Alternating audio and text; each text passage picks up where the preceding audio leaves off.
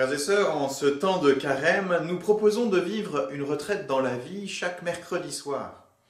Il n'est pas forcément évident pour chaque groupe de maison de pouvoir s'y rendre. Donc, pour faire un lien avec cette expérience, nous allons nous appuyer sur les textes bibliques qui seront utilisés lors de cette retraite en lieu et place des évangiles du dimanche. Pour cette semaine, nous allons nous projeter dans l'Ancien Testament, dans le premier livre des rois, à la rencontre du prophète Élie. Celui-ci est considéré par les Juifs comme l'un des plus grands prophètes.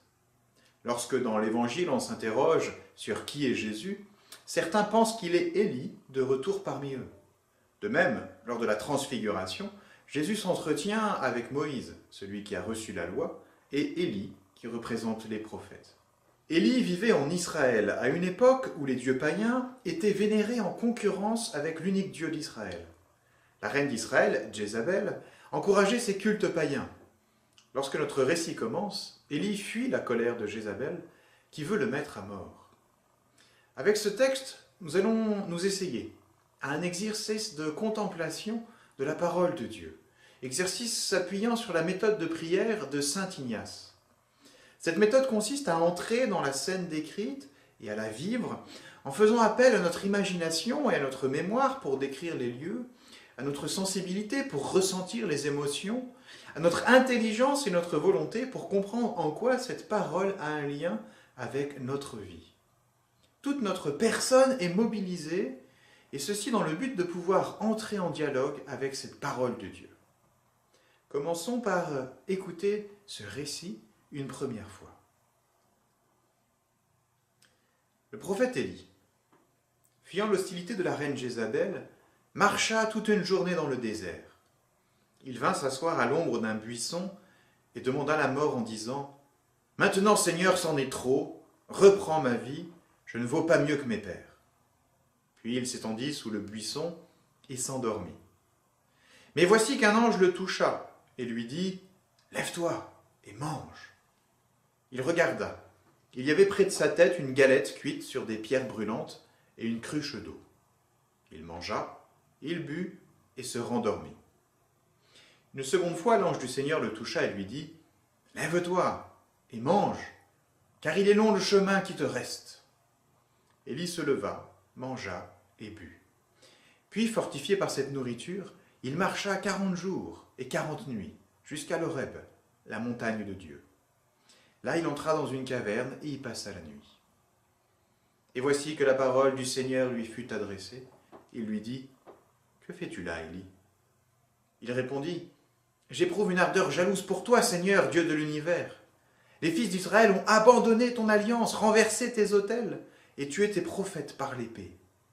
Moi, je suis le seul à être resté, et ils cherchent à prendre ma vie. » Le Seigneur dit « Sors et tiens-toi sur la montagne devant le Seigneur, car il va passer. » À l'approche du Seigneur, il y eut un ouragan, si fort et si violent qu'il fendait les montagnes et brisait les rochers. Mais le Seigneur n'était pas dans l'ouragan. Et après l'ouragan, il y eut un tremblement de terre. Mais le Seigneur n'était pas dans le tremblement de terre. Et après ce tremblement de terre, un feu. Mais le Seigneur n'était pas dans ce feu. Et après ce feu, le murmure d'une brise légère. Aussitôt qu'il l'entendit, Élie se couvrit le visage avec son manteau, il sortit et se tint à l'entrée de la caverne.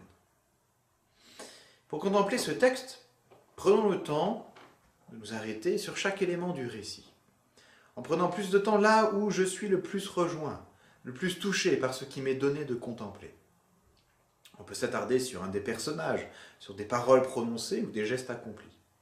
Je ne vais pas être exhaustif dans mes propos, laissant chacun être touché personnellement comme le Seigneur le souhaite. Mais recevez ces quelques mots comme des pistes possibles qui vous aideront peut-être à parler avec le Seigneur comme on parle à un ami. Commençons par nous représenter le cadre de la scène. Se représenter les lieux où se déroule la scène que l'on veut contempler permet d'entrer dans l'ambiance de ce qu'on va contempler, d'y prendre place.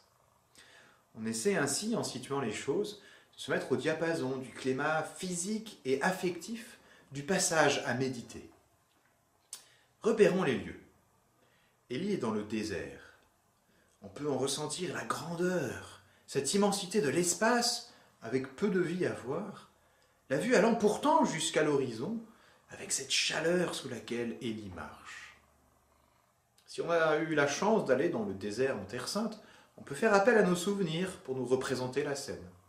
Sinon, notre imagination peut prendre le relais pour nous aider à cette visualisation. Prenons le temps de nous imprégner de cette marche d'un jour au désert pour, comme Élie, pouvoir ressentir les quelques bienfaits et fraîcheurs apportés par le buisson sous lequel il trouve un abri lors de sa première étape.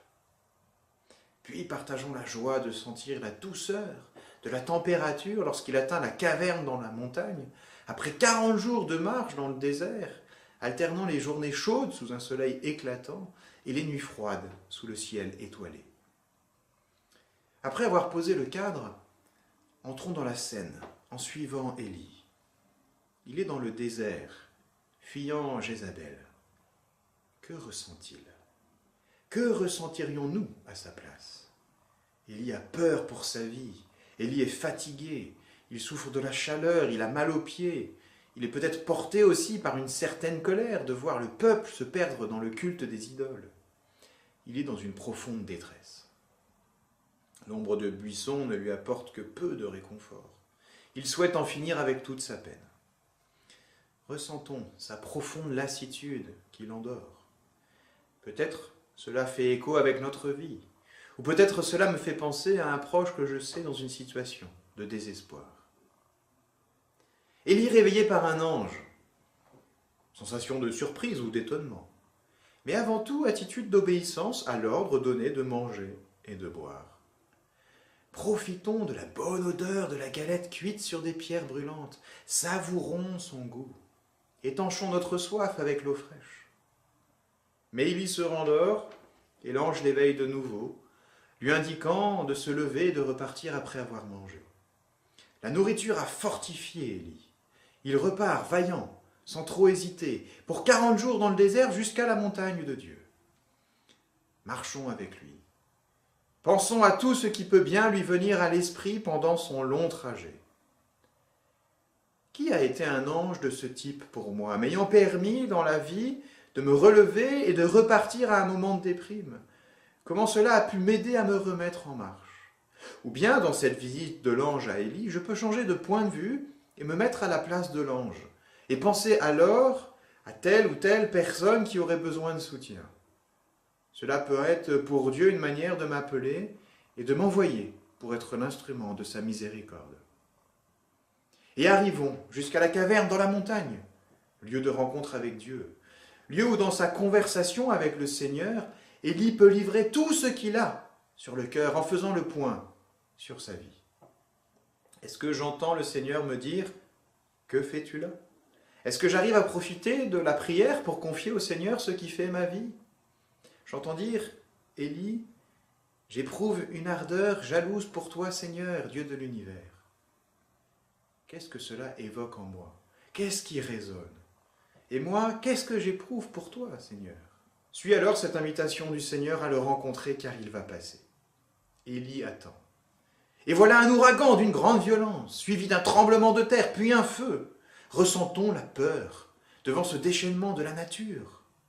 Élie devait se sentir bien petit, il se terre dans sa caverne. Représentons-nous ces montagnes qui se fendent, ces rochers qui se brisent, cette terre en colère, ce feu dévastateur. On peut faire pratiquement appel à des images de films catastrophes hollywoodiens. Dieu n'est pas là.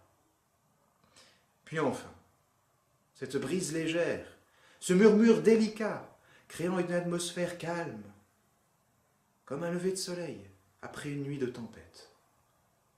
Cela fait sortir Élie qui vient, le visage caché, à la rencontre de Dieu dont il reconnaît la présence.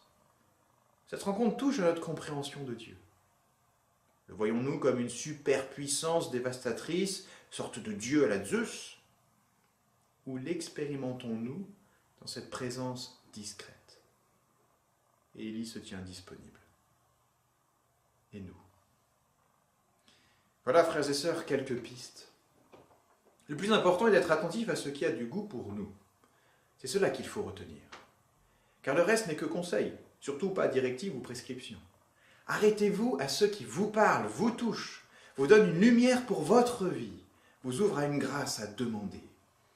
Et n'hésitez pas à y revenir dans la prière d'autres fois pour recueillir encore ce que le Seigneur voudra vous donner. C'est cela l'essentiel. Ce qui va vous nourrir, ce qui va nourrir votre foi, l'amour de Dieu, le désir de servir, etc. Prenez cette liberté de vous reposer là où l'Esprit vous fait signe et y restez le temps qu'il faut. Peu importe si j'en ai parlé ou pas. Si c'est cela que vous voyez qui vous aide, c'est là qu'il faut s'arrêter. C'est de cela que vous avez à vous entretenir avec le Seigneur. Bonne méditation.